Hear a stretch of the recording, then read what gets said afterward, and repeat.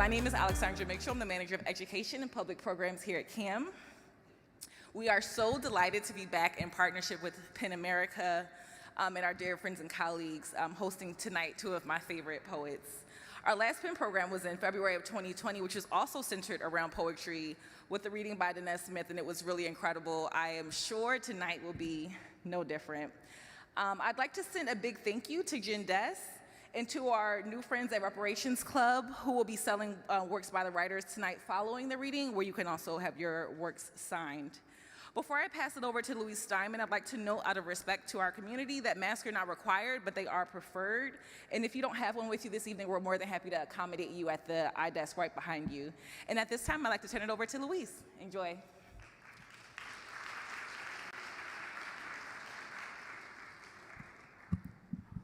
Welcome. Thank you so much. I'm Louise Steinman, and I'm here today as the 2022 World Voices Festival curator for PEN America, which is an organization whose mission is to unite writers and their allies to celebrate the power of the written word and to champion the freedom to write, which, as you know, is at risk all over the world as I speak. We're thrilled to be back with you in person after 2 years of virtual programming. The PEN World Voices Festival in New York has been a cultural fixture for years. It was my favorite festival to visit in New York, and it's been such an honor to bring it back to life and also to bring it here to Los Angeles for the first time. We are proud to present exciting international and American voices in 3 featured events here in Los Angeles over the 3 days of celebration. And that's tonight, California African American Museum, the Broad tomorrow night, and on Saturday at the Huntington Gardens. And many of the events for the festival are available for live stream, so you can visit pen.org/festival. This is our 18th PEN World Voices Festival, and since 2005, the festival has stayed true to its original mission to celebrate the power of storytelling and literature in translation, and to convene global voices around the globe, across borders, languages, and culture. These past 2 years, I know I have, so many of us have turned to books as we wrestled with uncertainty and flux. We have also turned to literature to help reckon with the past, bring new understanding to what divides us, and imagine new futures. For those of you who are new to PEN America, we are a member-driven organization. There is a table in the back. You can find out more information there. Jen is waving. You can see where she is over there. And we hope that you'll learn more about the benefits of joining PEN. I want to thank all of our PEN members who are here tonight. Special thanks to our partners at the California African American Museum. What a pleasure to work with you. And the Los Angeles Department of Cultural Affairs for helping us to share the work of our wonderful participants tonight. Booksales also by Reparations Club. And finally, I'd like to thank my fellow members of the 2022 Curatorial Committee, Clarice Rosas Sharif, Eloisa Amezcua, John Freeman, and Devyani Saltzman. And now just a brief introduction to our 2 distinguished poets reading tonight. I'm so excited, Warsan Shire and Morgan Parker. In 2000, yes, let's give a hoop. I've been really looking forward to this. In 2013, Somali British writer Warsan Shire, then 24, was appointed the first young poet laureate of London. Her raw and vulnerable poetry has since gained an international following. She is the celebrated collaborator on Beyonce's Lemonade, and in 2015, her poem Home became a viral anthem for the refugee crisis. Her latest collection of poems is Bless the Daughter Raised by a Voice in Her Head, a collection she describes as Songs for the Refugee. Morgan Parker is a National Book Critics Circle award-winning poet, as well as an essayist and novelist. Her books include Magical Negro, There Are More Beautiful Things Than Beyonce, and Other People's Comfort Keeps Me Up at Night. Both poets have been lauded for their intimate voices, their evocative imagery, their potent language, and their emotional honesty. Tonight we welcome Warsan Shire and Morgan Parker to the California African Museum as part of the 2022 PEN World Voices Festival for a reading and conversation titled Raised by a Voice, Mothers, Daughters, and Healing Through History. Please welcome our guests. Thank you.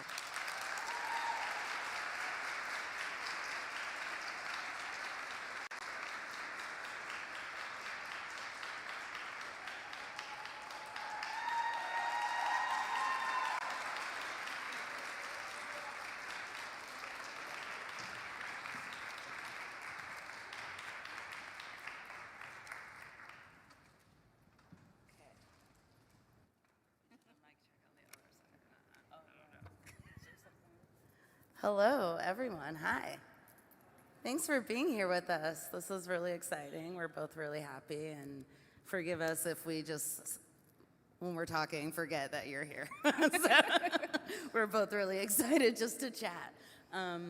Yeah, I think we would love to start by reading some poems, just so you know who we are. And then we're going to get into talking about Warsan's amazing first collection. And we will have a little bit of time for questions, but probably like 2. I'm not going to lie to you. So, you know, if you'd like to ask one, really do some deep thinking about whether or not it could be a tweet. So, anyway, yeah. Do you want to read first?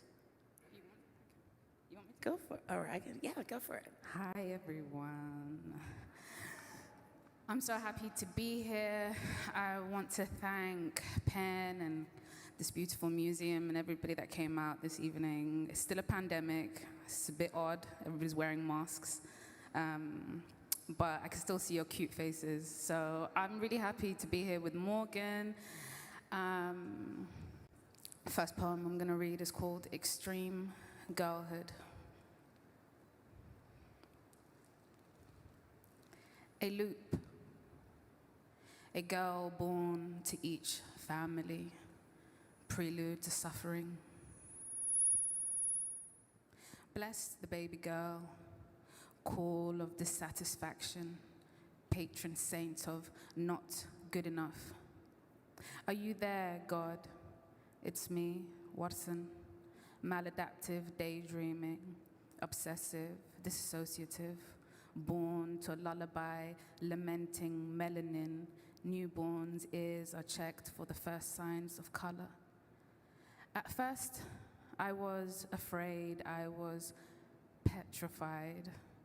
The child reads orders each night to veil her from evil eye, protecting body and home from intruders. She wakes with a fright, someone cutting the rope, something creeping deep inside her. Are you there, God? It's me, the ugly one. Bless the type 4 child, scalp massaged with the milk of cruelty, cranium cursed and crushed between adult knees, drenched in pink lotion. Everything you did to me, I remember. Mama, I made it out of your home, alive, raised by the voices in my head. This next poem is called Assimilation. Oh, thank you.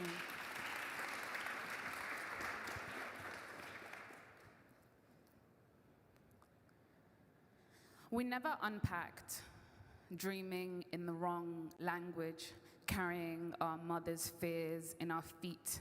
If he raises his voice, we will flee. If he looks bored, we will pack our bags, unable to excise the refugee from our hearts, unable to sleep through the night.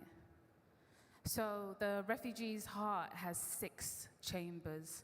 In the first is your mother's unpacked suitcase. In the second, your father cries into his hands. The third room is an immigration office, your severed legs. In the fourth, in the fifth, a uterus. Yours?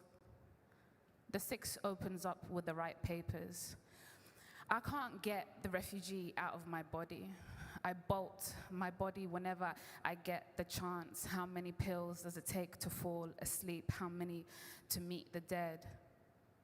The refugee's heart often grows an outer layer, an assimilation. It cocoons the organ. Those unable to grow this extra skin die within the first 6 months in host country.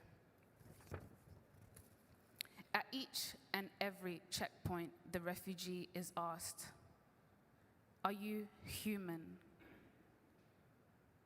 The refugee is sure that it is human, but worries that overnight, while it slept, there may have been a change in classification. Thank you.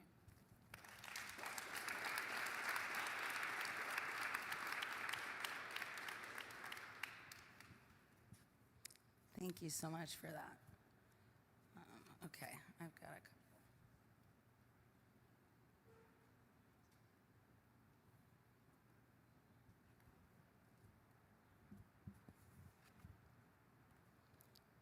Black Women for Beginners, Part 1. Every time a hot comb simmers, we dread. We get hurt so often, we think it's a nickname. When we say remember, we mean hurricane, hunt, meadow, lust, duty, escape, settle, mourn, birch, baptism, tithe, kneel, sphinx, throat, offering, animal, deadwood. We get hurt so often, we never run. Every time we lick our lips, the day obeys and repents. Glory, glory, hallelujah. Hot comb on the stove. Train tracks in the weeds.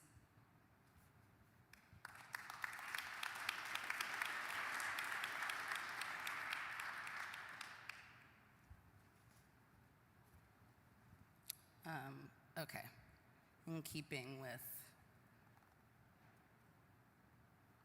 being a refugee, even where you are. Whites only. It's too late to live on a farm or in the Hamptons or in Portland or in Brooklyn or in Oakland or in the South. I guess you'll never fill me with blissful children and pie and entitlement, where we remark with glass eyelids how the colors in the wheat remind us of pictures of plantations and how that makes us want.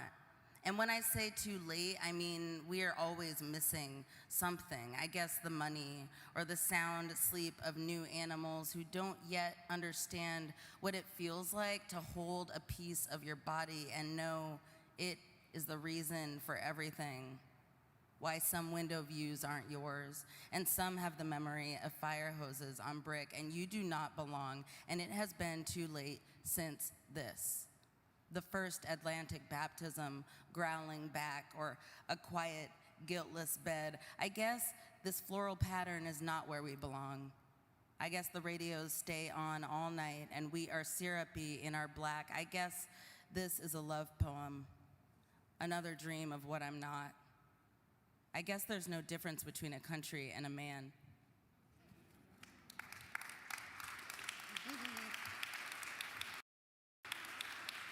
Thank you all. So speaking of countries and men,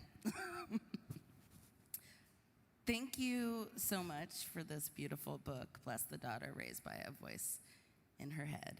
And thank you for all the blessings that are within it. It's really an offering, you know, and it's really expansive in how it chooses to bless its readers and the folks that it is writing on behalf of. So thank you for that. Thank you. I would love to just hear you talk a little bit about, this book is so much about, you know, fleeing, right? And running into the arms of no one, you know, and what that feels like to be, you know, already unwelcome and to end up somewhere else where you're, you know, also not welcome for whatever reason, you know, culturally and physically and all of the things.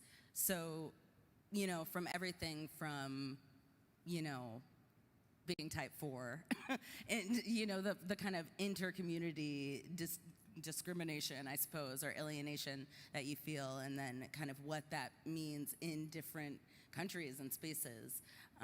How did you find, I guess, writing about those things in tandem? And can you just talk a little bit more about that? Thank you.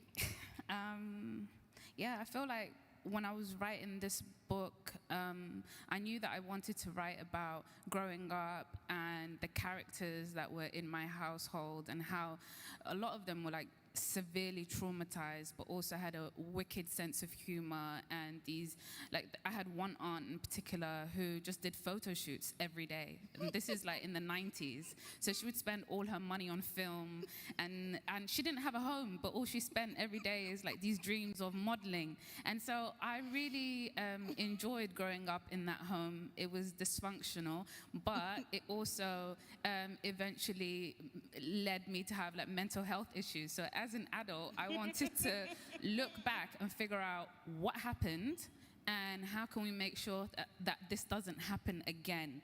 I feel so many people in this room are probably like what we call cycle breakers, and we're lucky enough and privileged enough to have access and more knowledge and education than able to have more patience with ourselves and with others. And so with that, I wanted to understand who these characters were, unpack my strained relationship with my mum, and overall just figure out what this childhood was about. So I don't have to keep writing about it anymore. Yeah. I feel that. I feel that it's a project for the self and for the preservation of self, you know, where you just kind of, you have to revisit that in order to figure out, you know, who you are, you know, revisiting where you came from. I also, I guess, within, in thinking about writing about these characters, what was it like bearing witness to all of that trauma, you know, in these poems, in these very intimate and vivid poems, really kind of going back into not only your trauma, but other people's, and, you know, thinking about your mother's experience in a different kind of way.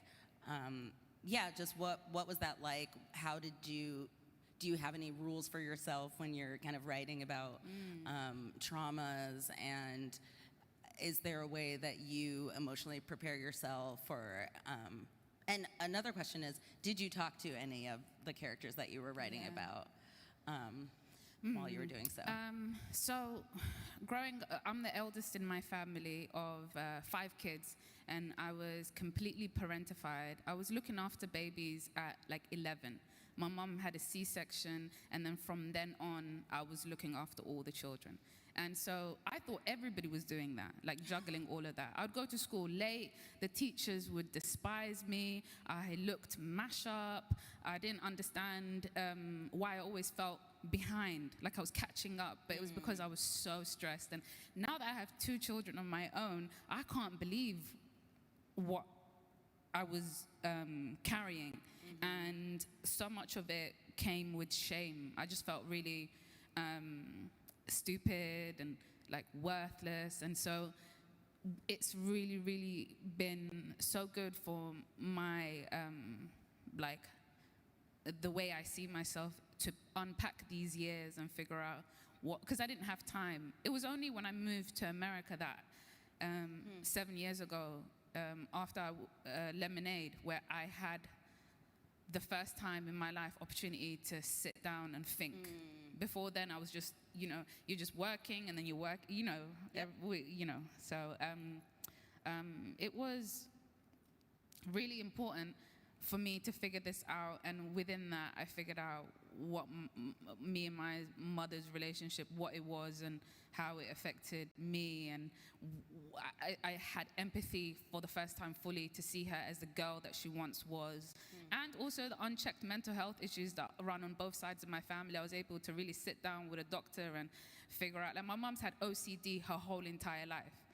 And now me and my sister have it. And so it's really interesting, inheritance and all that, Yeah, I mean, it's such a thing in the Black diasporan community.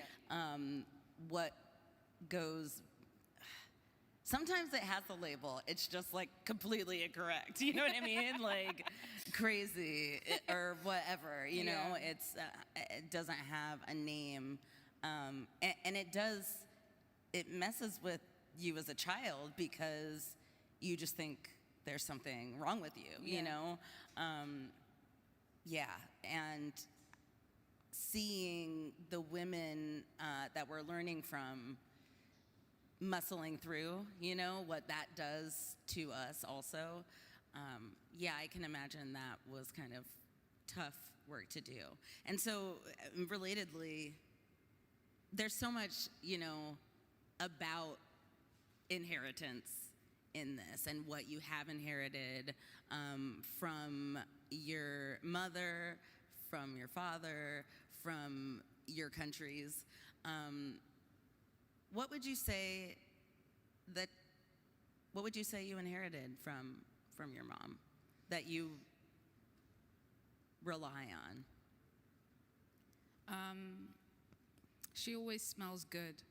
And I remember when I was younger and I was so obsessed with my mom. Like, she to me was like the most, she has this like beauty spot here, and she just always had perfect long nails, and she had her earrings all the way up. I just thought she was a fashion icon. I thought she was gorgeous. I remember even when she'd take off like her clothes after work, me and my brother would like smell it because it smelled so good. She had no BO, nothing like that. So I aim to be like her. She smells sweet. But another thing I took from her, which I don't really like, is, you know, and there's this thing about resilience that people talk about all the time, and I'm thinking about my mother. Resilience is just another word for saying that she is in denial, and she's just going, because if she were to stop and think about it, she may never recover, may never get up from that seat. So she keeps going, and I did that for a long time, and we're both insomniacs. So those are the things that, I mean, was the question things that I like or just things that I... It doesn't matter. The next one was going to be things you don't like, so we're on it. I mean, you get the idea. I mean, it's hard sometimes to separate them, right? Yeah. Like thinking about, I mean, I think often about like turning it to my mom or whatever. I actually am turning it into my dad. It's like, I've never heard of that, but that's what's happening to me. Just like making a lot of fruit salads. But when I think about that, it's like I'm always thinking about, you know, a good way or a funny way or a cheeky way.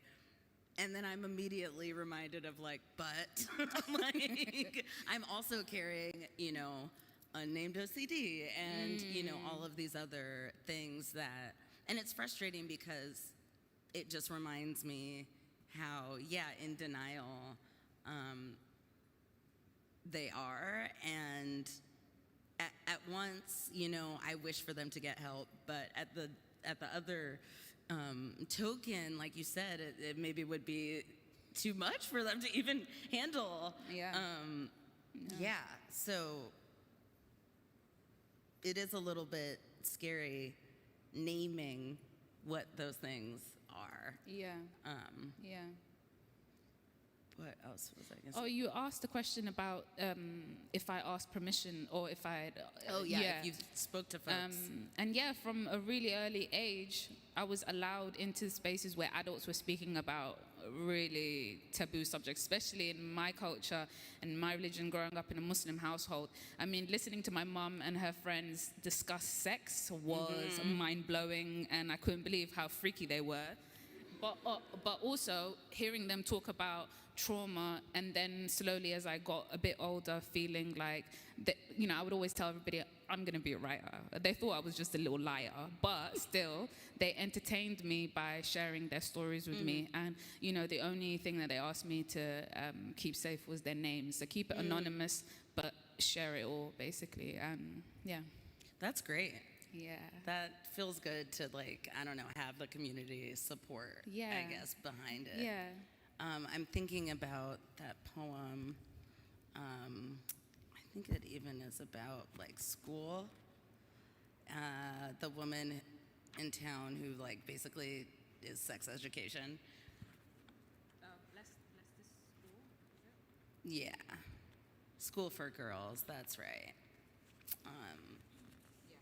Yeah, the kind of community curriculum of learning about your body and also, you know, the thing about this poem that really blew me away is, you know, the end where you're kind of backtracking, actually, you know, rethinking about that memory and like, wait, how did this woman know, you know, where abortions were, you know, allowed or not. And so things like that where it's inherited knowledge, but it's also inherited with a great deal of pain. You want me to read that one? Should I read it? Yeah, I would love for you to read that poem. So yeah, she was actually a girl. She was the same age as us, teaching us all of this, which was even more depressing. So yeah, I went to all-girls school, and I loved it. There were no boys around, and I had the time of my life.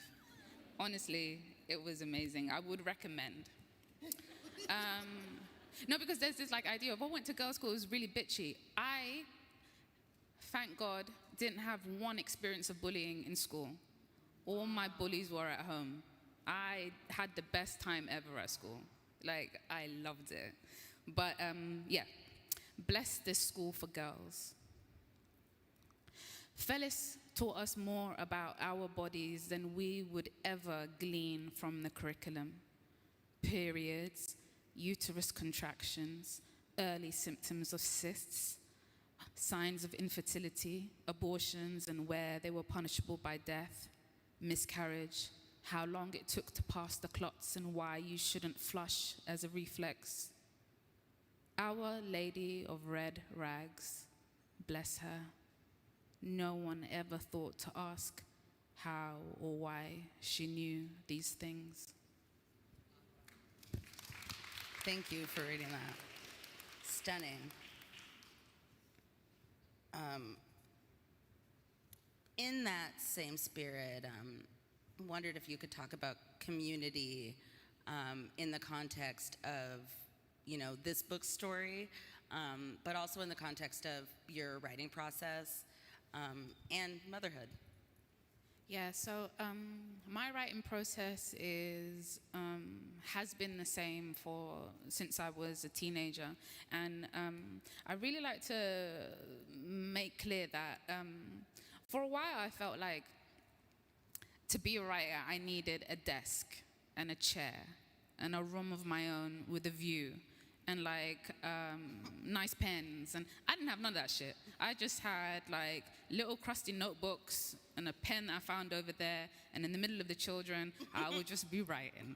But because they were so loud, I would listen to music at the same time. Or because they wanted to watch a film, or my friends would come over, and I was a perpetual babysitter, so I had to do everything in the middle of the children. So when we'd put on a film, or if I was at the bus stop with my friends, I found a way to write at the same time because I was obsessed. Nobody was ever going to read this stuff. I just needed to write. I really, really, really enjoyed it and needed it for my health. So my writing process then became that I always need to listen to music or watch a film or be around people. And most of the writers that I know, my peers, writers that I grew up with back in the UK and everything, their writing process is so completely different. They need silence, they need quiet. And so my approach comes across a little haphazard, but it works for me. So I will wake up, so I've got 2 kids under 2 right now, right? And I'll wake up before they wake up, about like 6 a.m., and I'll put on a horror film, and I will do a free write. Or while they're eating or whatever, I'll put on some music and I'll listen to like either grime or like British grime, to be clear, or I really like Schoolboy Q. I really love how he writes about poverty. A lot of rappers actually, like my first inspiration in writing was actually Nas. He's a genuine poet, and I feel Absolutely. I don't think anyone can argue that. Yeah, but absolutely in not. science class, I remember just listening to him. I wasn't supposed to be, but I was just listening to him. I put on like a hijab so I can cover. I I was listening to music. But the music always transported me. But I'll listen to Nas and be writing a poem about my mum. Like, there would not be real connect between the two. But that's how I write, always with outside stimuli. So if all the films become rubbish and all the music goes to shit, I can't write no more. I am reliant on that, yeah. There will always be people. I know. You know? Especially in the past.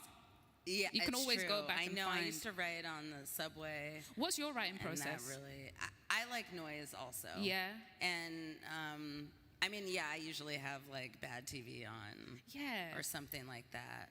But you know, it depends on the stage of writing. Sometimes I like quiet if I already kind of have the idea and just need to, you know, execute it. Yeah. But usually my creative space is a little bit messy. Yeah. Yeah, and active, I guess. I was going to ask you a question, actually, that I thought of on the way here. And I've been trying to articulate this to myself for a while, but sometimes I would feel like I'm a sociopath because the feeling, the emotion, the moment when something terrible happens, it's like the poem comes at the same time. So by default, something terrible is happening, and I'm like, oh, this is a poem, you know, which is ridiculous. Well, not like that, but I'll be like, in my head, it's as if the emotion and the poem arrives at the same time. So I wanted to ask you, is it different for you? Do you have to go back to difficult times to write about them, or does it come at the same time? It doesn't always come at the same time. Sometimes there's like a particularly poignant moment where I'm like, fuck, I have to write about this. Like, it's really more like that, you know? Like, damn it, I'm gonna have to do this. Yeah. But more often than not, I have to sit with things and be able to just like understand even what has happened. Yeah. I often say that I have to like become a different version of myself in order to, you know, write the poem and almost like get a clear view of it. Sometimes it's like I have to go to therapy this many times in between, you know, because I never want to write with only my reactions. Yeah. Yeah, I'm not interested in that. You know, that's what Twitter is for. And I'm really more interested in like actually understanding my feelings about something. Yeah. And that takes time often. Yeah. So yeah, I do find that even if the poem came at that moment, I wasn't super conscious of it. Yeah, exactly. I like to use the poem to unpack all of it. Yeah. Yeah, I often say that I start with a question. Yeah. Rather than, you know, like an idea. Yeah. It's really like, what am I trying to figure out? And like, what is the thing I feel when I look at this and this together, you know? That I feel like that's more often than not plenty to get me started. Yeah. Another poem I wanted to talk about, and actually I would love if you could read this for our, first of all, just for all of our contemporaries. Drowning in Dawson's Creek. Oh my God. Do you mind reading the piece, Yes. the note first? Yeah. Yeah.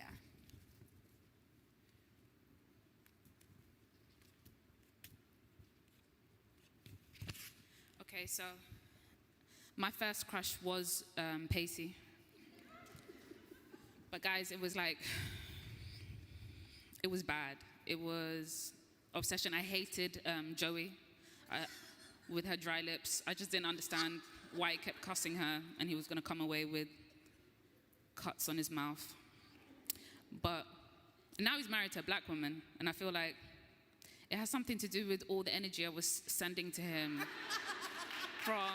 This is before I even had a period. I was so obsessed with him. And I genuinely I had a folder of laminated photos of his face that I would steal from the library, at school library. But anyway, It was all very embarrassing, and I got over it. But drowning in Dawson's Creek.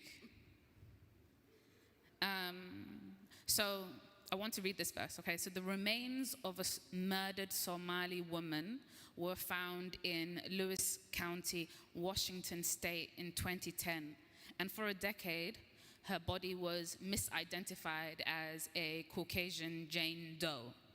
So nobody ever came to her family would never be able to bury her for a very long time.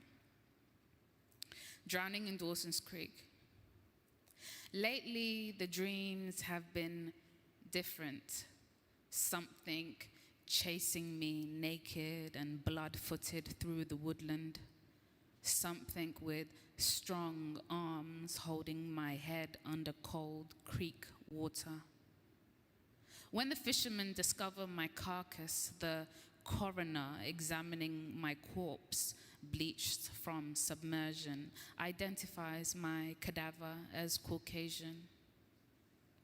When I was 12 or 13 and mad with loneliness, I dreamt of white boys and ladders leading to bedroom windows. I dreamt all night of their scurrying, climbing in and out of me.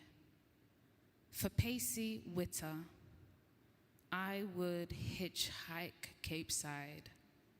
For his plaid embrace, I was willing to disown myself.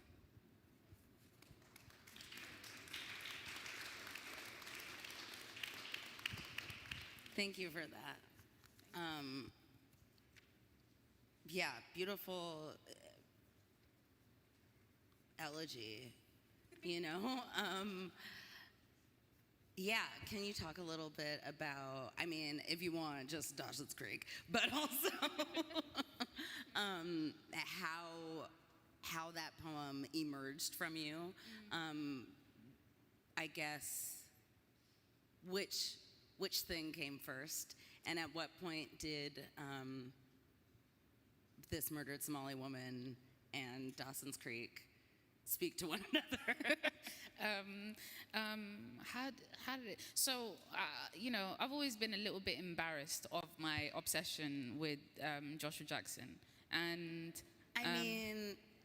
I mean, it was really bad though. It was like so bad. I mean, the laminated photos is a lot. Like stalker. If I would get to school and skip classes just so I could search his face on the computer and just look at it. And to be honest, looking back, I don't understand what the hype was. I mean, I was really blinded by love. He just looked like a man. White guy. Yeah. I feel like those were also my crushes, where I was like, you just look like anyone. Yeah. Like, huh? And when I was a young teenager, I just was obsessed with kindness as well. Like, so any man who looked like a man and was kind, I was like, oh, I'm in love. I can't believe it. So they made them like that. They really were after a demographic. Yes. So I started thinking about, those years spent loving something and yearning for something that doesn't want you on any level, doesn't even know you exist, and what that means for your self-esteem. And growing up, I'm 33, so there weren't many options for crushes, And also Britney Spears was the queen of magazines at the time, Mandy Moore and Jessica Simpson, and so you were comparing yourself to these people and couldn't see yourself there at all. So I started to think about, okay, what would have happened had if Pacey was a real person and I went there? I'd die. Like, you're not going to come back from that. You're going to hitchhike and go over there and be like, oh my God, I'm in love. And I thought, well, how would you die? And I thought, chased through the woods, and actually drowned in Dawson's Creek.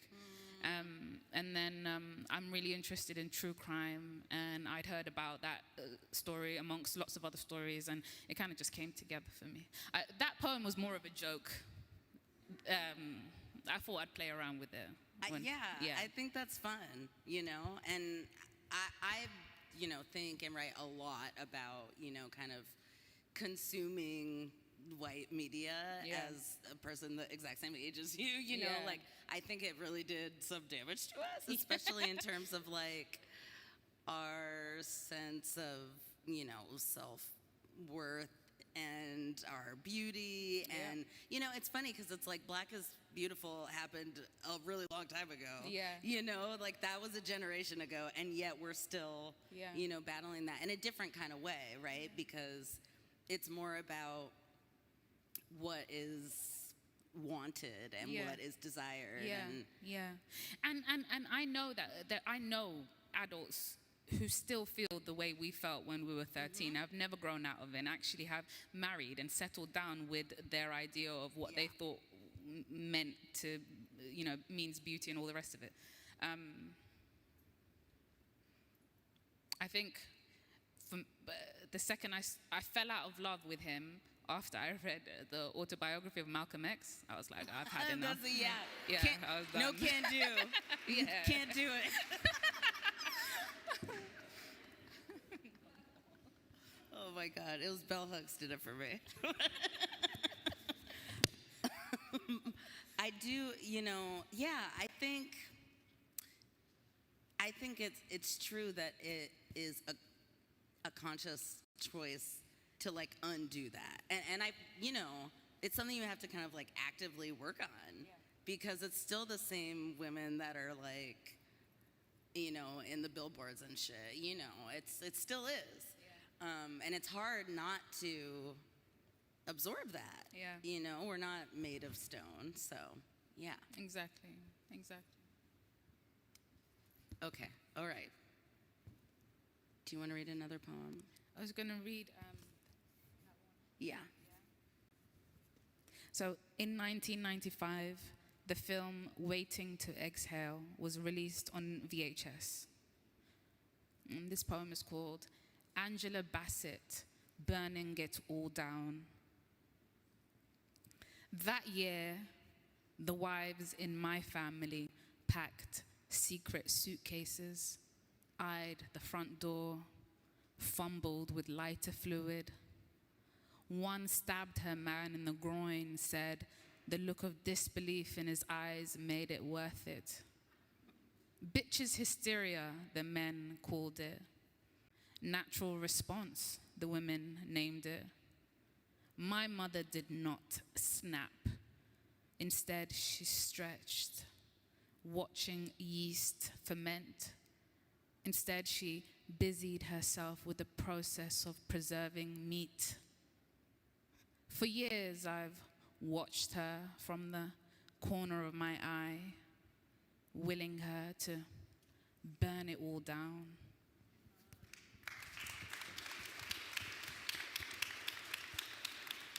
Thank you.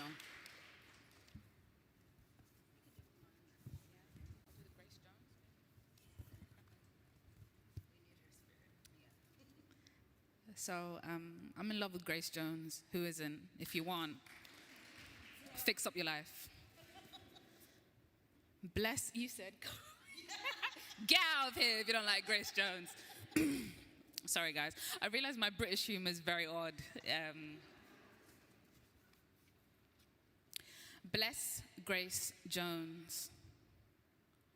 Holy Mother of those deemed intimidating, patron saint of the unapproachable, savior of those told to soften their expression.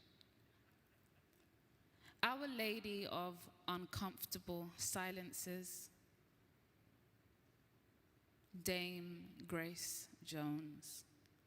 Your daughters damn their insomnia, turn in their dreamless sleep. A legion of women flinching at touch. Fortify them. Monarch of the last word, darling of the dark arched brow. We bless you, Queen of the cut-eye.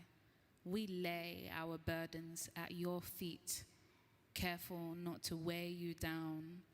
From you, we are learning to put ourselves first.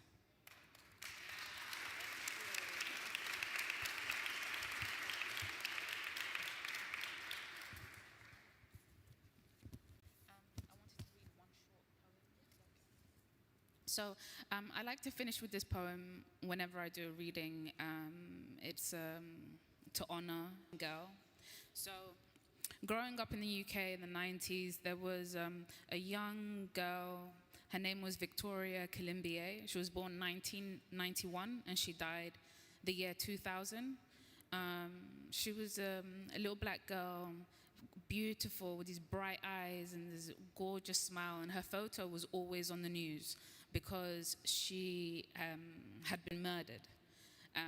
And that is like, I just always thought of her. We would have been similar in age right now, so I always like to make sure that she's blessed at the end of these readings. And we don't take care of our children. Our children are so vulnerable, especially black children, and especially the darker the children are, the less they're cared about in the system, in institutions, and I spend most of my days thinking about that shit, and it pisses me off. So, Victoria Kalimbié, born 1991, died 2000, was an Ivorian child from Ivory Coast, raised away from her parents by extended family. She was tortured and murdered by her great-aunt and great-aunt's boyfriend in a London flat.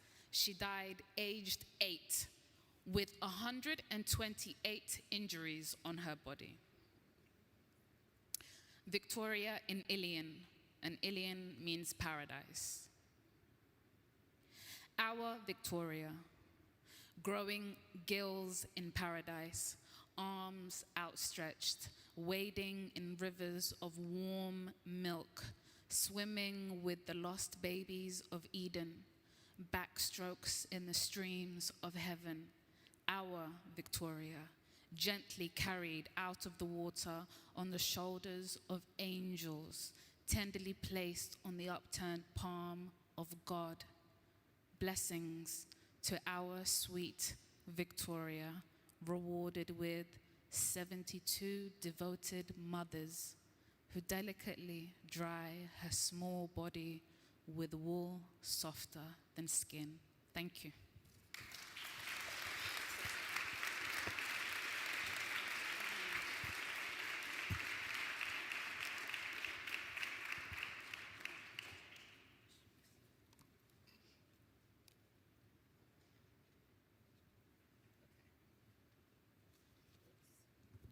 Whoops, forgot you guys are here.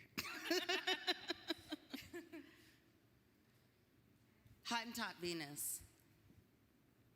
I wish my pussy could live in a different shape and get some goddamn respect. Should I thank you? Business is booming, and I am not loved the way I want to be. I am an elastic winter, sympathy and shock, addictive decoration. In the sunlight, my captors drink African hibiscus. They tell me I look regal bearing fruit. I am technically nothing human. I will never be a woman. Somewhere in my memory, I was held by a man who said I deserved it. Now I understand. No one worries about me because I am getting paid. I am here to show you who you are, to cradle your large skulls and remind you you are perfect. Mother America, unleash your sons. Everything beautiful you own.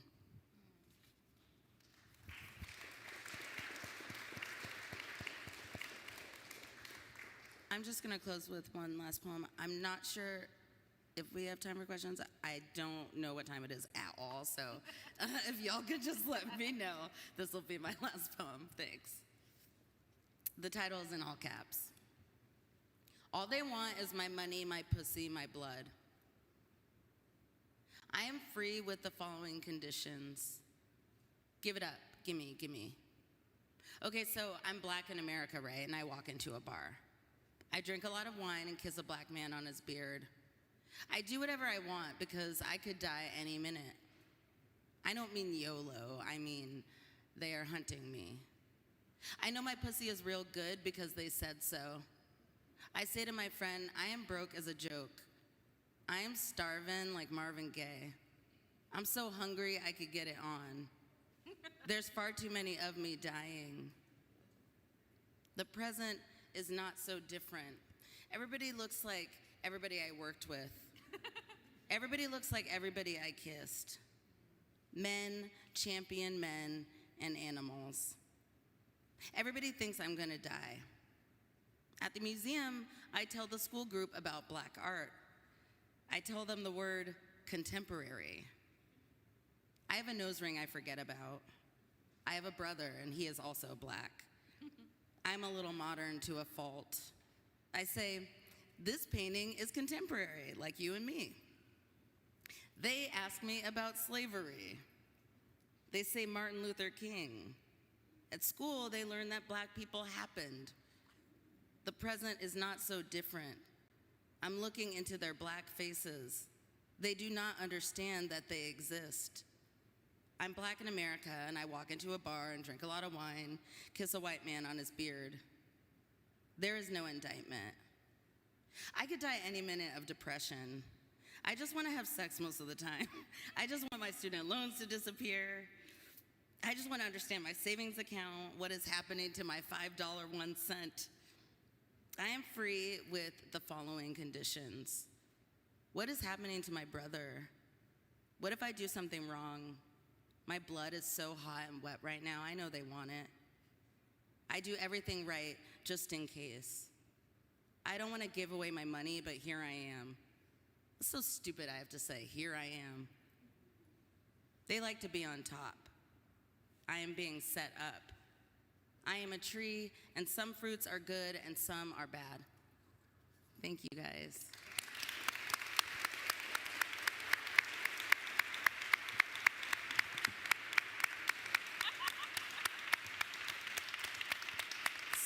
So, thank you all. Do we maybe have a minute for questions? I know we want time to sign books. Yes? Cool. All right. Who has a question? Hi. Okay. Black women first. Here and here. I saw two, and I saw Loma, and I saw someone in the back. Okay. Right here. Your hand is still up. You're doing fantastic.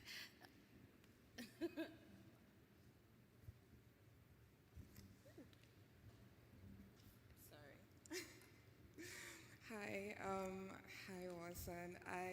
My name is Nikita. So I'm gonna end up with a question, but I just want to thank you for everything that you do. I followed you from the UK, so when Lemonade came out and people were finding out about you, I was like, I knew of her since. You guys are late to the party. Oh, sorry. My question is, how do you balance everything you do with family right now, with your personal life, finding time for both, and just that creative space without one suffering? How do I balance Your everything with profession- yes. family right now? Yeah. Oh, yeah, it is hard. Whenever my friends ask me how you doing, all I talk about is how tired I am. But my youngest just turned 1 a few days ago. So I'm starting to feel like I'm feeling a little bit more like myself. It's hard, but the upside to growing up the way that I did is that it's not as hard as it would have been, because I feel like that really trained me. And so it's difficult, but I got a good man. We do 50-50. And I smoke some weed. So that's about it. It's going okay. It is what it is. Very good. Anyone else? Yes, did you have a question? Yeah, and I'll repeat you. Yeah, go ahead.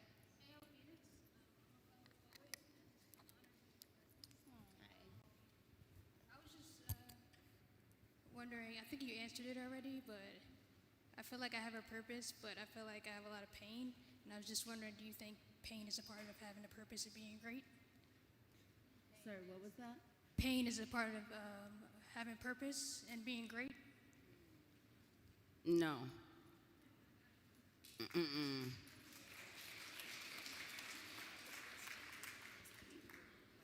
Oh, the question was, is pain required for greatness? Was that sort of? Yeah, no, I just want to repeat it for everyone else. My answer is no. That's what I think. Not for us. You know what I mean? You talked about breaking cycles. I think that's a big one that we need to, as Black women, definitely, but as a culture in general, get out of. And I think and talk a lot about mental health and specifically depression and what it is like to exist with it and write with it. I've never been a person who's like, oh, I can't take my meds because it will, make me, I won't be creative. I mean, fuck that. You know what I mean? Like, if I am well, I will do better. You know what I mean? And straight up, I have to be in my right mind to be as genius as I am. You know what I mean? So I really don't, I would encourage you to leave that behind and know that wellness is success, 100%. Also, I like your shoes. Oh my God.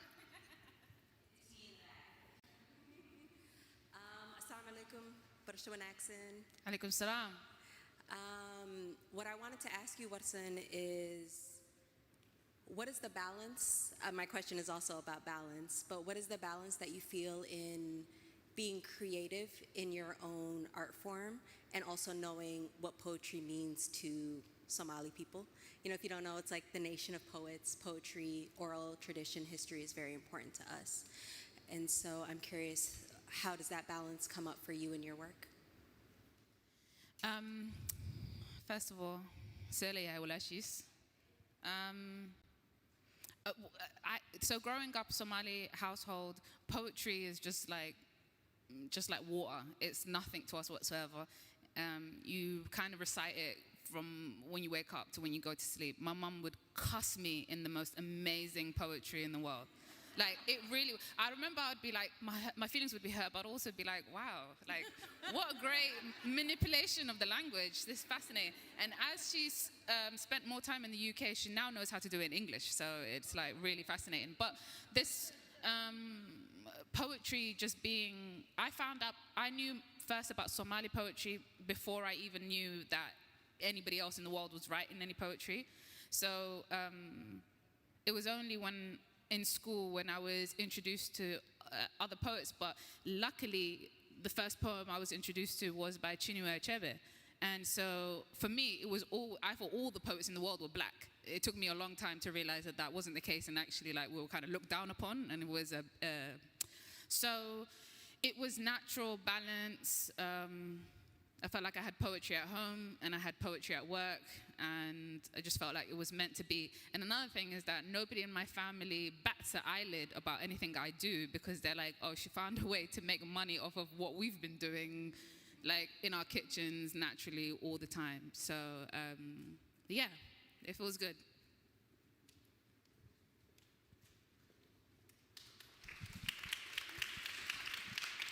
Alrighty, well, unfortunately, that's our last question because we want to get to the signing, but please can we give a very warm thank you for this generous and insightful conversation.